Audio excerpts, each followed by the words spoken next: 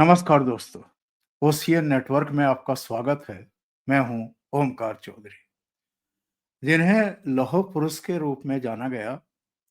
ऐसे वल्लभ भाई जावेर भाई पटेल का जन्म नाडियाड में हुआ आपके था कॉन्टैक्ट्स में वल्लभ भाई और इनके जन्म तिथि 31 अक्टूबर 1875 और 75 इयर्स में 15 दिसंबर 1950 को मुंबई में इनका देहावसान हुआ।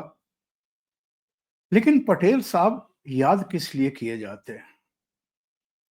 560 से अधिक रियासतें थी जिनको एक करने का काम सरदार पटेल ने किया था। इनमें 3 रियासतें ऐसी भी थी, 3-4 रियासतें ऐसी थी जो भारत में विलीन नहीं होना चाहती थी। लेकिन रातों रात उनको कैसे भारत में विलीन किया, और ये जो आज हम भारत का नक्शा देखते हैं, भारत को देखते हैं, ये इस रूप स्वरूप में कभी ना होता यदि अंग्रेज जिस हालत में इसे छोड़ करके दफा हो गए थे, उस हालत में ये रहता। और कुछ रियासतें, बल्कि एक रियासत जम्मू कश्मीर, जिसके बारे में नेहरू ने कहा था कि ये मेरे ऊपर छोड़ दो, वो एक ऐसा बीज बोया गया। प्रधानमंत्री नरेंद्र मोदी के ही शब्दों में अगर कहूं तो दशकों तक वो भी जलता रहा और भारत भी जलता रहा। तो आज हम इन्हीं लौह पुरुष के बारे में बात करेंगे। उनकी 150वीं जयंती, और उस पर जो विश्व की सबसे ऊंची प्रतिमा नर्मदा के किनारे इन्हीं प्रधानमंत्री नरेंद्र मोदी की अगुवाई में निर्मित की गई, स्थापित की गई, 182 मीटर की, उसे एकता नगर का नाम दिया गया है, नर्मदा जिले में है। उनकी स्टैचू के नीचे, उनकी छत्र छाया में ही आज ठीक वैसी ही परेड हुई जैसी गणतंत्र दिवस के मौके पर हमने आज तक राजपथ पर होते हुए देखी है। बहुत सारे राज्यों की झांकियां, सांस्कृतिक झांकियां, हमारे अलग-अलग सुरक्षा बलों की टुकड़ियां, और लगभग सभी टुकड़ियों का नेतृत्व मातृशक्ति कर रही थी, महिलाएं कर रही थी।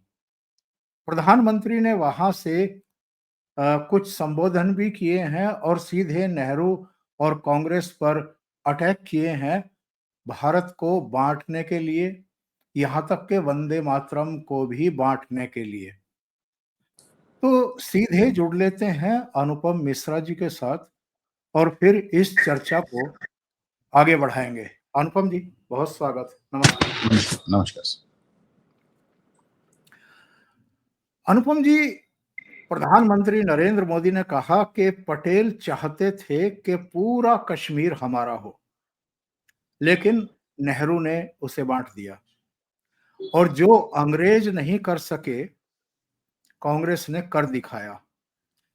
वंदे मातरम का भी एक हिस्सा सांप्रदायिक आधार पर, धार्मिक आधार पर काट करके भारत के विभाजन की नींव कांग्रेस ने 1905 में ही रख दी थी। और उनका ये भी कहना था कि कश्मीर का अलग संविधान ये बांटने का ही एक तरीका नहीं था तो क्या था। और अलगाववाद की आग में देश दशकों तक जलता रहा। और देखिए, प्रधानमंत्री ऐसे ही कोई बात नहीं कहते हैं, बहुत तैयारी के साथ वो कोई भी आयोजन करते हैं और जो उनको बोलना होता है उसकी तैयारी करते हैं। इन्हीं प्रधानमंत्री के हाथों 5 अगस्त 2019 को वो संविधान भी गया जो कश्मीर के लिए अलग था, 370 भी गई और 35 ए भी गया। आतंकवाद भी लगभग जा ही रहा है, अलगाववाद भी जा ही रहा है। और वहां से खड़े होकर के उन्होंने ये भी कहा कि नक्सलवाद, माओवाद और आतंकवाद और ये घुसपैठ, ये जब तक समूल खत्म नहीं कर देंगे तब तक चैन से बैठेंगे नहीं। जी। देखिए ओंकार सर, जहां तक वंदे मातरम का सवाल है, तो वंदे मातरम का वो हिस्सा जिसमें माँ दुर्गा, माँ लक्ष्मी और माँ सरस्वती का जिक्र था, वो हिस्सा मुस्लिम लीग के कहने पे, जिन्ना के कहने पे, ये नेहरू ने इसको अलग कर दिया था। क्योंकि भाई आज जब वो हिस्सा अलग हो गया है, तो भी आप देखते हैं कि मुस्लिम समुदाय से तमाम लोग वंदे मातरम को अपने मुंह पर लाना वो गुनाह समझते हैं। तो समझिए जिस जमाने में ये इसका हिस्सा माँ लक्ष्मी, माँ दुर्गा और माँ सरस्वती रही होंगी, तो फिर तो उनको एकदम ही अस्वीकार था। तो उतना हिस्सा इन्होंने अलग किया, फिर उन्होंने, नेहरू ने इसको अलग कर दिया, गांधी ने रघुपत राजा राम ही बदल डाला, उन्होंने अपना वजन बना डाला, और इन दोनों ने मिलकर भारत का नक्शा ही बदल दिया। ईश्वर तो अल्लाह तेरे नाम। हाँ, ईश्वर अल्लाह तेरे नाम जोड़ दिया उन्होंने। तो ये कोई पहली चीज नहीं बदली, पहली चीज नहीं हटाई और आखिरी चीज नहीं हटाई। और नेहरू की अब अक्सर बात होती है इस तरह की कि साहब हो गया इतना साल, 60 साल हो गया, नेहरू से आगे बढ़िए। नेहरू से आगे बढ़ा गया है भाई, नेहरू से आगे बढ़ा गया है। जिस चीन से नेहरू हारे थे, उस चीन को औकात बताई गई है, तो नेहरू से आगे बढ़ा गया है। लेकिन जब नेहरू ने इस देश की जड़ों में मट्ठा डाल दिया, इस देश के लोकतंत्र की बुनियाद ही धोखे, फरेब और जालसाजी पर रखी गई। मतलब आप सोचकर देखें कि 15 कांग्रेस कमेटी थी, जिन्होंने 12 कमेटियों ने कहा वो सरदार पटेल को प्रधानमंत्री देखना चाहते हैं, और 3 ने कह दिया कि हमारा कोई मत नहीं। और नेहरू को जिसको एक भी वोट नहीं मिला, वो प्रधानमंत्री हो गया। और जिसको 15 में से 12 वोट मिले और बाकी वोट कहीं और गई नहीं, इतना 100% वोट मिले, उसको कह दिया गया कि भाई तुम प्रधानमंत्री नहीं बनो। और वो मान भी गए, वो मान भी गए। लेकिन देखें, मैं यहां पे पटेल जी को भी दोषी मानता हूं। बात पटेल जी की व्यक्तिगत महत्वाकांक्षा की नहीं थी, बात इस देश के भविष्य की थी। पटेल को मानना नहीं चाहिए था, पटेल को मानना नहीं चाहिए था। अपने लिए नहीं, अपने लिए तो उन्होंने कभी कुछ चाहा ही नहीं। उन्होंने तो अपने बच्चों को सामने नहीं आने दिया, एक भी आदमी को राजनीति में नहीं आने दिया। तो जिस व्यक्ति को पूरा देश चाहता था प्रधानमंत्री बनना, आज उसके परिवार से मोदी जाकर मिले, उनके परिवार में एक भी शख्स को कोई नहीं पहचानता। और जिस व्यक्ति को एक भी वोट नहीं मिला, उसके परिवार की 6 पुश्तों की गाथा हम अपने स्कूल कॉलेज में पढ़ते हैं। कब्जा है कि खत्म होने का नाम ही नहीं ले रहा है। अब तो प्रियंका गांधी भी अपने बच्चों को लेकर आ गई, प्रियंका वाड्रा। तो ये एक बड़ा एक दुर्भाग्य है। मुझे लगता है कि सरदार को मानना ही नहीं चाहिए था ये बात, क्योंकि इतना तो सरदार भी समझ रहे थे ना कि नेहरू किस तरह के प्रशासक साबित होंगे। सरदार पटेल ने नेहरू को मना किया था कि कश्मीर का मामला तुम यूनाइटेड नेशन में नहीं ले जाओ, वो लेकर चले गए। सरदार पटेल ने नेहरू को चिट्ठी लिखकर चेताया था कि चीन से सावधान रहना, पर सरदार चले गए, वो हिंदी चीनी भाई भाई करने लगे। और इस देश को, स्वतंत्र भारत को अपनी जिंदगी की, अपने जीवन की इकलौती शिकस्त झेलनी पड़ी, हार झेलनी पड़ी। चिट्ठी लिखकर उन्होंने मना किया था कि देखो चीनियों पर भरोसा नहीं करना। पर नहीं साहब, इन्होंने तो चीन को सिक्योरिटी काउंसिल में जगह दिलाई, इन्होंने तो हिंदी चीनी भाई भाई का नारा लगाया, और हम कितनी बुरी शिकस्त पाए। नेहरू का बस चलता तो ये मिलिट्री ही डिसबैंड कर देते। नेहरू को भी अपनी गलतियों का एहसास हुआ। कुछ इस तरह हुआ कि आज मैं देख रहा हूं कि खड़गे साहब कह रहे हैं कि आरएसएस को बैन कर देना चाहिए। वो आरएसएस जिसको नेहरू ने गांधी के वध के बाद बैन किया था, उसी आरएसएस को नेहरू ने अपने जीवन के आखिरी वर्ष में रिपब्लिक डे परेड में शामिल कराया। चीन से हार के बाद उनको समझ में आया कि वो गलत नहीं थे, पूरी तरह गलत थे।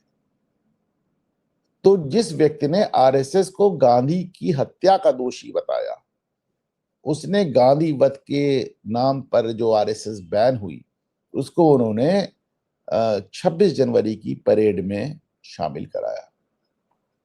तो मैं समझता हूं कि साहब बट तब तक बहुत देर हो चुकी थी। और मैं अक्सर लोग कहते हैं कि नेहरू ने अपने जीवन काल में इंदिरा गांधी को कभी प्रमोट नहीं किया, तो मैं याद दिला दूं कि नेहरू के रहते ही इंदिरा कांग्रेस के अध्यक्ष हो गई थी। एक जमाने में तो मोतीलाल नेहरू से कांग्रेस की कमान जवाहरलाल ने ली थी और जवाहरलाल से इंदिरा गांधी ने ली। तमाशा बना के रख दिया सर, तमाशा बना के रख दिया। एक पूरे देश को सरदार ने संगठित कर दिया। एक राज्य जिसका जिम्मा आपको दिया गया, उसमें आपने ऐसा रायता फैलाया कि वो आज तक समेटना मुश्किल हो रहा है। ओंकार सिंह, देखिए, इन्होंने क्या कहा है जरा मैं दर्शकों को भी बता दूं। खरगे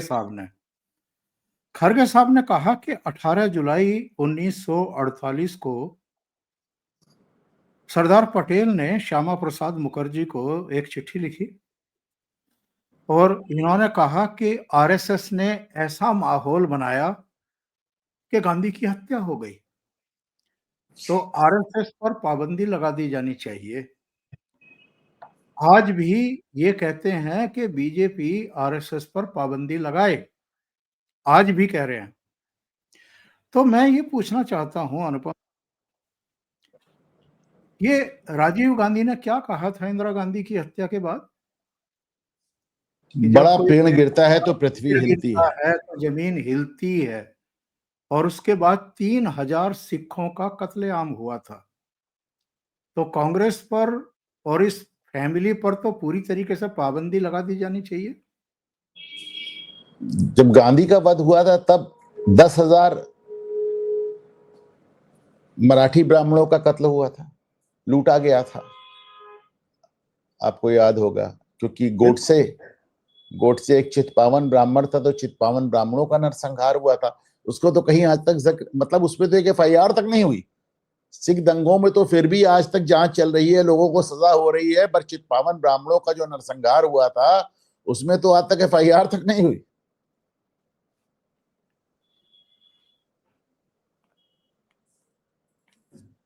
क्यों ये बहाना ढूंढते रहते हैं आरएसएस पर अटैक का? और क्या इसलिए कि जिन चीजों की ये लोग अनदेखी करते रहे या जिन चीजों को ये बढ़ावा देते रहे, उस पर आरएसएस का भी और उसके गर्भ से निकला उनका अनुसांगिक संगठन यानी जो राजनीतिक विंग है भारतीय जनता पार्टी, उसका भी बहुत स्पष्ट दृष्टिकोण है। और वो लोग राष्ट्रीय एकता, अखंडता, संप्रभुता, इस पर कोई समझौता करने को ही तैयार नहीं है। आज प्रधानमंत्री ने बहुत गंभीर आरोप लगाए इनके ऊपर। ने कहा है कि भाई ये जो घुसपैठ है, ये जो घुसपैठियों की समस्या है, कई दशकों से जानबूझ करके इसको होने दिया गया और फिर वोट बैंक की पॉलिटिक्स के चलते इसको अनदेखा किया गया। और उन्होंने याद दिलाया कि मैंने लाल किले से भी ये कहा था कि ये जो डेमोग्राफी मिशन है हमारा, ये जब तक हम इन घुसपैठियों को निकाल बाहर नहीं करेंगे और जनसांख्यिकी संतुलन नहीं बना देंगे, तब तक चैन से नहीं बैठेंगे। ये किसकी देन है? देखें, मैं ये नहीं कहता कि इसको इग्नोर किया गया, इसको इनकरेज किया गया, इसको बाकायदा इनकरेज किया गया। और रही बात आरएसएस की, तो मैं आपको बताऊं, आम तौर पे ये धारणा है कि गांधी वध के बाद नेहरू ने या पटेल ने आरएसएस को बैन किया थोड़े समय के लिए, फिर वो पता चला कि उनका रोल नहीं था तो हटा लिया, पटेल ने ही हटाया उसको।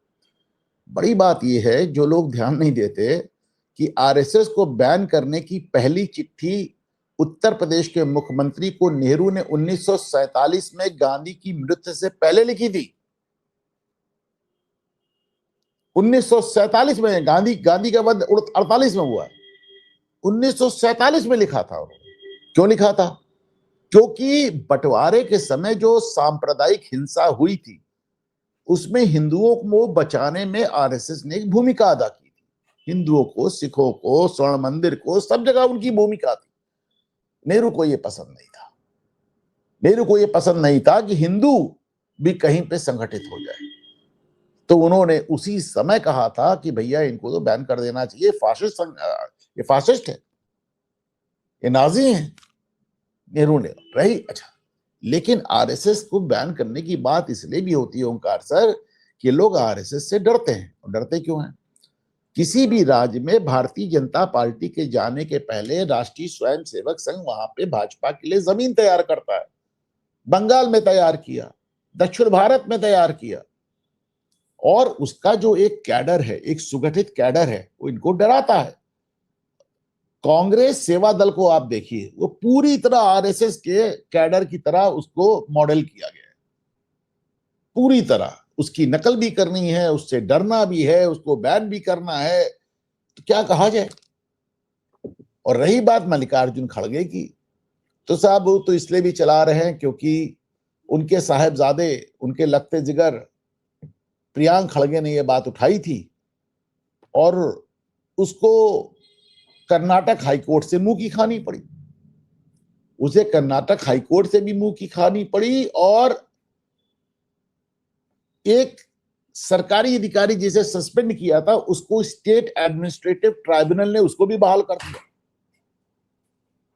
तो दोनों ही जगह इनको झटका लगा है। तो वो तो कुछ नहीं कर रहे हैं, वो तो सिर्फ अपने सुपुत्र को सपोर्ट कर रहे हैं। अनुपम जी, कहीं ये तो नहीं हो रहा है कि ये तेरा घर ये मेरा घर? ये कहते हैं कि सरदार पटेल तो कांग्रेस के थे,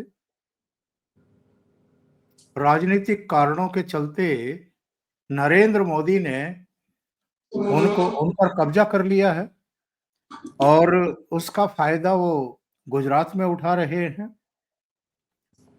इधर आज इंदिरा गांधी की भी पुण्यतिथि थी। 31 अक्टूबर 1984 को उनकी हत्या हुई थी। वहां पर केवल सोनिया गांधी और कांग्रेस के बड़े नेता मल्लिकार्जुन खड़गे, राहुल गांधी वगैरह दिखाई दिए। हाँ, संसद के केंद्रीय कक्ष में जो पुराना संसद भवन है वहां पर जरूर किरण रिजिजू, लोकसभा के स्पीकर, और जो नए उपराष्ट्रपति और सभापति हैं राज्यसभा के, वो दिखाई दिए।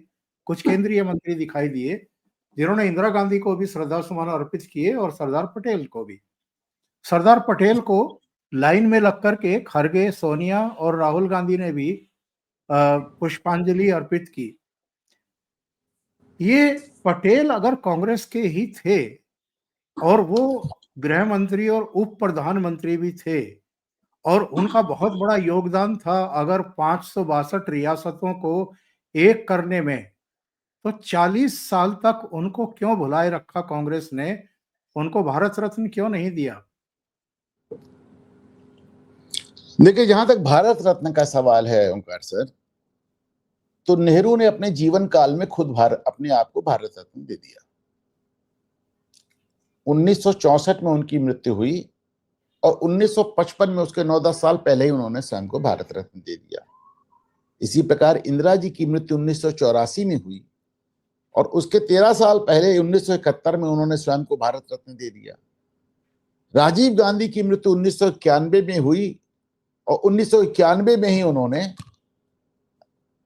उनको भारत रत्न दे दिया गया। पटेल की मृत्यु 1950 में हुई, लेकिन भारत रत्न देने के लिए 41 साल इंतजार करा गया। और जब कांग्रेस के हाथ से सत्ता निकल गई, मतलब गांधी परिवार के हाथ से, तब 1991 में जाकर सरदार पटेल को भारत रत्न मिला, पहली बात।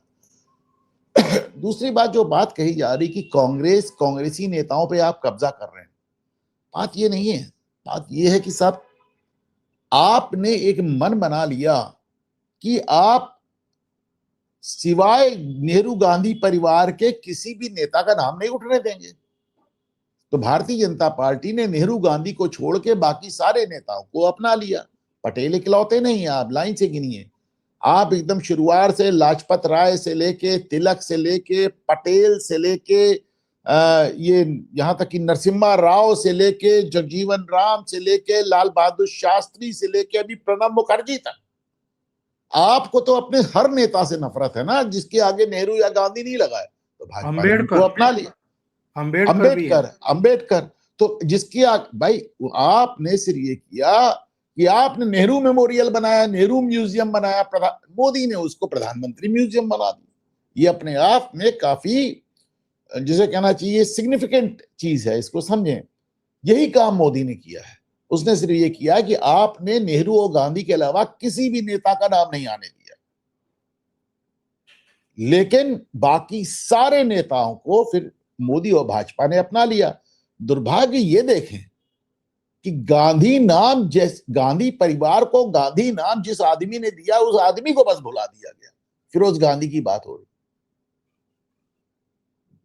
उसको छोड़कर आपने सिर्फ नेहरू गांधी के अलावा कुछ किया ही नहीं। आपने स्वतंत्रता सेनानियों, आपने क्रांतिकारियों को स्वतंत्रता सेनानी मानने से इंकार कर दिया कि कहीं ऐसा ना हो कि लोग सोचने लगे कि साहब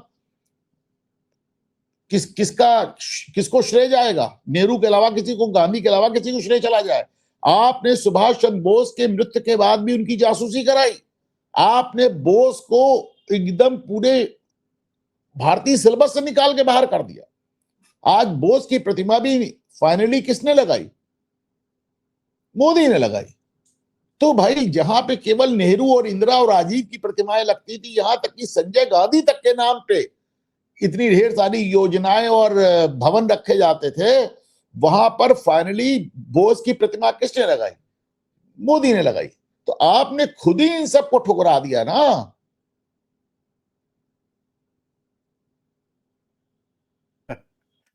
मैं ये देख रहा था कि आज इस स्टैचू के ठीक सामने जो राष्ट्रीय एकता दिवस परेड की सलामी ली है प्रधानमंत्री ने, उसमें कौन कौन शामिल थे? एक तो सभी टुकड़ियों का नेतृत्व जो है वो महिला ऑफिसर ने किया है। इसमें बीएसएफ, सीआईएसएफ, सीआरपीएफ और सीमा सुरक्षा से जुड़ी हुई जो दूसरी बल हैं, वो कुल मिलाकर के 16 टुकड़ियां थी। और बीएसएफ के जो जवान ऑपरेशन सिंदूर में लगे थे, 16 पदक विजेता उसमें शामिल किए गए।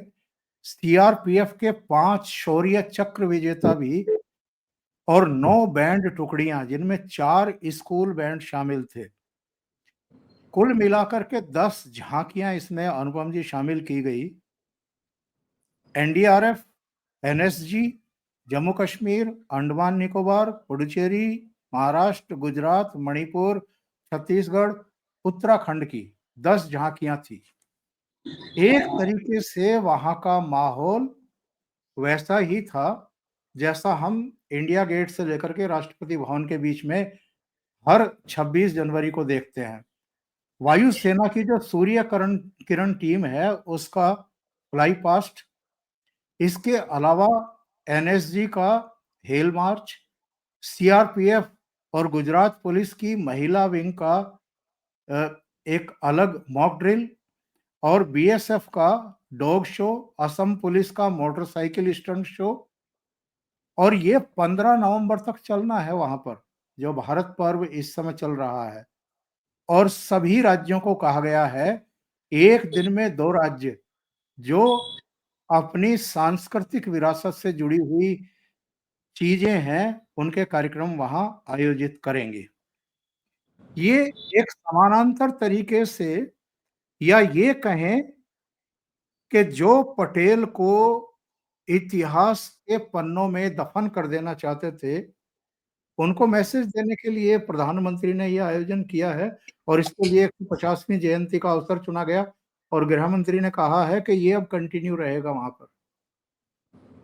देखिए, मुझे नहीं लगता है कि किसी को मैसेज देने की इसमें बात है।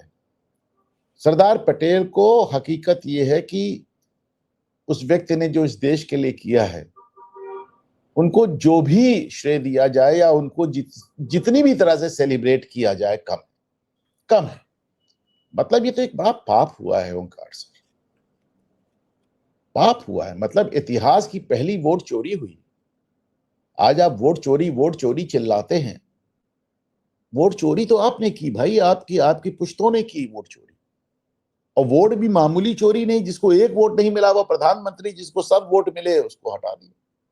और एक बार नहीं, इसके पहले भी देख लीजिए, नेहरू को बनाना चाहते थे कांग्रेस अध्यक्ष मोहनदास करमचंद गांधी, पट्टाभी सीतारमैया को खड़ा किया, बोस ने उनको एक बार, बोस ने दो बार बने अध्यक्ष। अंत में आपने बोस को कांग्रेस से निकालकर दम लिया, क्योंकि आपको नेहरू के लिए जगह साफ करनी थी। तो आप कितनी बलि लिया भाई आपने, कितने नेताओं की आपने बलि लिया से नेहरू के लिए। तो ये जो हो रहा है, किसी को मैसेज जाएगा, किसको मैसेज नहीं जाएगा, इसका कोई वो नहीं है। और वैसे भी कांग्रेसी और गांधी परिवार कब से मैसेज लेने लगा, उनको तो अपने आगे को, अपनी नाक के आगे कुछ नजर ही नहीं आता ना।